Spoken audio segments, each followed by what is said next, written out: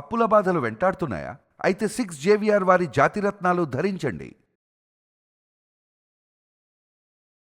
నమస్తే, welcome to మనం TV. నేను యాంకర్ సిరి. ప్రస్తుతం మనతో పాటు ఉన్నారు ఆయుర్వేదిక్ డాక్టర్ సుబ్బారావు గారు. డాక్టర్ గారితో మాట్లాడదాం. డాక్టర్ గారు నమస్కారం. డాక్టర్ గారు, ఈ నుంచునే జాబ్స్ ఎక్కువగా ఉన్న, లేకపోతే కంటిన్యూగా సాఫ్ట్వేర్ ఫీల్డ్ లో ఉండి కూర్చొనే ఉంటారు, ఎక్కువ కదలిక ఉండదు వాళ్ళకి. అంటే ఎక్కువగా కాళ్ళ మీద, నడుము మీద ఎక్కువ స్ట్రెయిన్ పడ్డ వాళ్ళకి ఈ వెరికోస్ వెయిన్స్ అనేవి చాలా ఇబ్బందులు పడుతుంటాయి. ముఖ్యంగా ఈ గృహిణులకి కూడా చూస్తుంటాం, ఇవి ఇంట్లో నించొని ఎక్కువగా పని చేసుకోవడం వల్ల. ఇది నిజంగా చాలా పెద్ద పెయిన్ అని చెప్పాలి. సర్జరీల దాకా కూడా వెళ్తూ ఉంటారు. అయినా కూడా మాకు తగ్గట్లేదు అని చెప్పేసి చాలా మంది సఫర్ అవుతూ ఉంటారు. సర్జరీలకు లక్షలు పోస్తూ ఉన్నారు. అవునమ్మా. సో దీనికి ఆయుర్వేదిక్ లో ఏదైనా సింపుల్ సొల్యూషన్ ఉందా? అసలు వెరికోస్ వెయిన్స్ అంటే ఏంటో ముందు మనం తెలుసుకోవాలమ్మా. అప్పుడే దాని మీద మనం శ్రద్ధ పెట్టగలుగుతాం.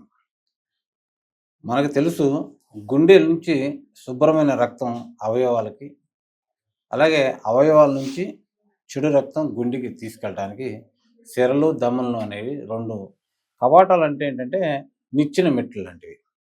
ఈ గుండె కొట్టుకున్నప్పుడల్లా ఒక్కొక్క కవాటం ఓపెన్ అవుతుంది, కింద రక్తం పైకి వెళ్తుంది, మళ్ళీ ఇంకొకసారి గుండె కొట్టుకోగానే పై రక్తం ఆ పైకి గదుల్లోకి వెళ్తుంది అనమాట. ఈ ఎప్పుడైతే ఎప్పుడు కూర్చుని లేదా నుంచుని పనిచేసే వాళ్ళకి భూమి యొక్క భూమాకర్షణ శక్తి, గ్రావిటీ వల్ల ఈ రక్తం అనేది 100% ఒక కవాటం నుంచి ఇంకొక కవాటానికి వెళ్ళదు. ఎప్పుడైతే 100% రక్తం ఒక కవాటం నుంచి ఇంకొక కవాటంకి వెళ్ళకపోతే అక్కడే కొంత రక్తం అనేది మిగిలిపోవడం వలన ఆ సిరలు అనేవి మెల్లగా ఉబ్బటం మొదలు పెడుతుంది. అంటే ఒక సంచిలో పట్టాల్సిన వస్తువుల కన్నా ఎక్కువ పడితే ఏమైంది? ఉబ్బుతుంది. అట్లాగే రక్తం ఉండాల్సిన రక్తం కన్నా ఎక్కువ రక్తం అక్కడ ఉండిపోవటం వలన ఆ సిరలు అనేవి ఉబ్బుతూ ఉంటాయి. అవి మనం చూసుకుంటే ఉబ్బిన సిరలు అంటారు, లేకపోతే నల్లగా కనపడతా ఉంటాయి. ఎందుకంటే ఆ రక్తం పూర్తిగా పోక ఆక్సిజన్ దాని మీద రాగానే ఎర్ర రక్తం నల్లగా మారిపోతుందమ్మా. అది మనకు కనపడతా ఉంటాయి. దీనికి హాస్పిటల్స్కి వెళ్తే స్టాక్స్ అని పెద్ద సాక్స్ లాంటివి ఇస్తారు, లేదా కాళ్ళు ఎత్తి పెట్టుకుని పడుకోండి సార్ అని చెప్తా ఉంటారు. దీనికి ఆయుర్వేదంలో చాలా మంచి మందులు ఉన్నాయి సార్. వాటిల్లో సింపుల్గా తగ్గడానికి కొత్తగా వచ్చిన వాళ్ళకి ఏంటంటే గోమూత్ర శిలాజిత్ అంటారు సార్. ఈ గోమూత్ర శిలాజిత్ని ఒక శనగ గింజ అంతా తీసుకుని ఒక డబ్బాలో నీళ్లు పోసి ఈ గోమూత్ర శిలాజిత్ వేస్తే ఆ గోమూత్ర శిలాజిత్ తెల్లారికల్లా ఎర్రటి నీళ్ళలాగా తయారవుతుందండి.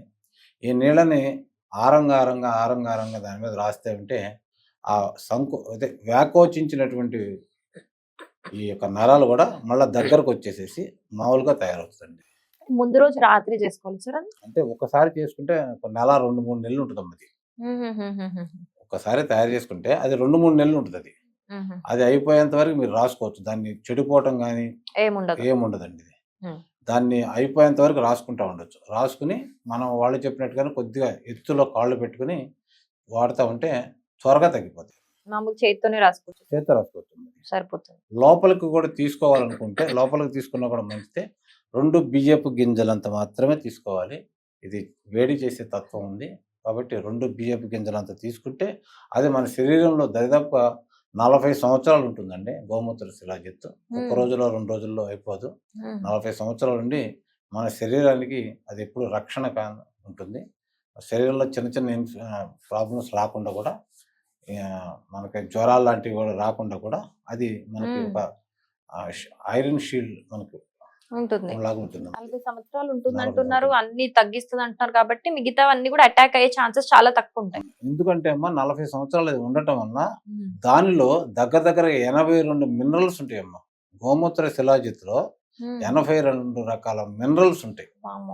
అన్ని రకాల మినరల్స్ అవయవాలకి ఫుడ్ లా పనిచేసి అవయవాలన్నీ కూడా బలంగాను స్ట్రాంగ్ గా ఉంటాయమ్మా.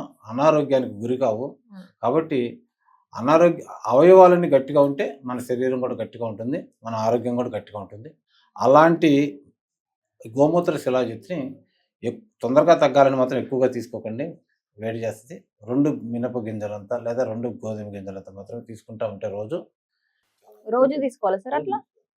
ఇంత కొంచెమైనా? 2 బియ్యపు గింజలంతే, ఎక్కువ తినకూడదు. 2 బియ్యపు గింజలంతా లేదా 2 గోధుమ గింజలంతా తీసుకుంటా ఉంటే అది లోపలే ఉండిపోతుంది. చప్పరించి మింగేయచ్చమ్మా. అది లోపలికి వెళ్ళిపోయి మన శరీరానికి దాంట్లో ఉన్న మినరల్స్ అన్ని మన అవయవాలకి చక్కగా ఉపయోగిస్తుంటుంది.